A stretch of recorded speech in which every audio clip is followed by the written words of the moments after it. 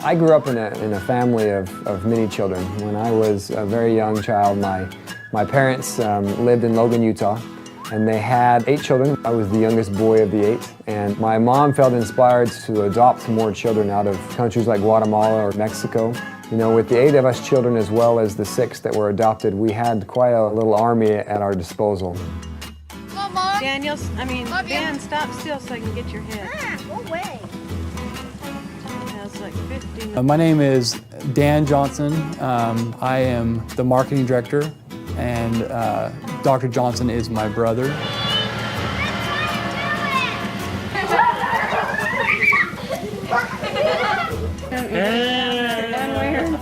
Or another. And there they go. My grandparents had retired and they were living in Wisconsin, and they lived in the deep north woods on a lake. And so some very fond memories of us growing up there and just tearing it up.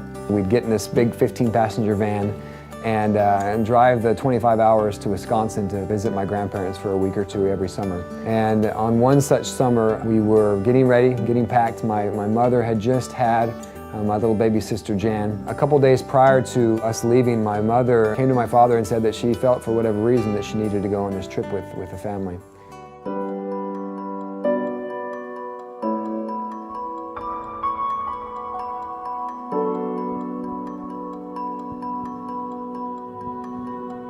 A 24-hour trip straight through. My father would drive it, and this particular time, as he was driving, he fell asleep at the wheel and got in a car accident, and my mother was killed.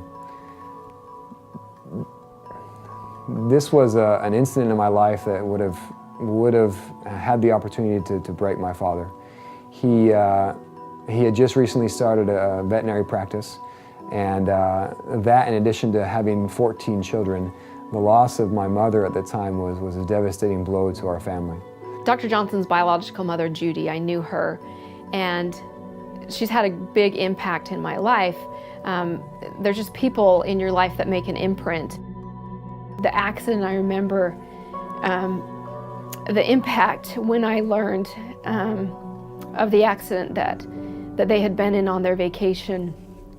You know, they had 14 kids at the time, and I knew them. You know, they were like family to my family, and they kind of left their heart with you, and a great example of good in the world. They definitely exemplified that, of what it means to serve other people and to give. You grow up with your father teaching you that it's not about you, it's about other people that are around you. And so my brother really got that instilled in him, where it's not about how much money we get, how rich or how successful, or, you know, the prestige.